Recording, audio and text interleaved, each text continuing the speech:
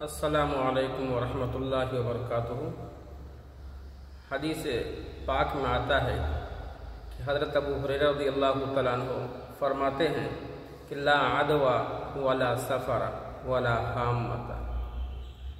یعنی سفر کے مہینے کے متعلق جو لوگ بھی من گھڑت باتیں بتلاتے ہیں یا اس مہینے کو منحوس قرار دیتے ہیں، اس کا اسلام سے کوئی تعلق نہیں ہے۔ ان باطل عقیدے کو اور فاسد خیالات کو رسول اللہ صلی اللہ علیہ وسلم نے اپنے پیروں سے روندا ہے اور ان کی نفی فرمائی ہے۔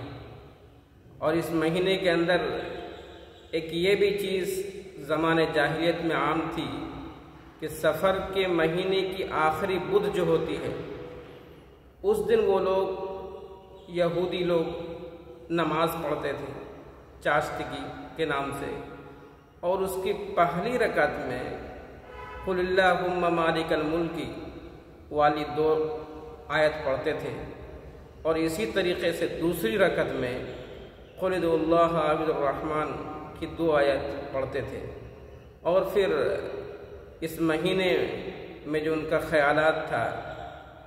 فاسد جو عقیدہ تھا، باطل عقیدہ تھا، اس کے متعلق وہ لوگ پناہ مانگتے تھے کہ یہ مہینہ ہمارا صحیح سے گزر جائے۔ اس لیے ان کا عقیدہ یہ بھی تھا کہ اس مہینے کے اندر، چونکہ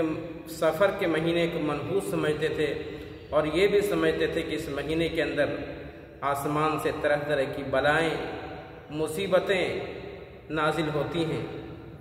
اس لیے اس مہینے کو وہ لوگ بہت زیادہ منحوس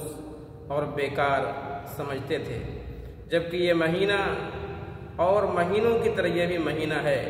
نہ یہ مہینے میں کوئی اللہ کی طرف سے بلائیں آتی ہیں، نہ مصیبتیں آتی ہیں، نہ بیماری ایک دوسرے کو لگتی ہیں۔ جیسے اور مہینہ کیسا ہے،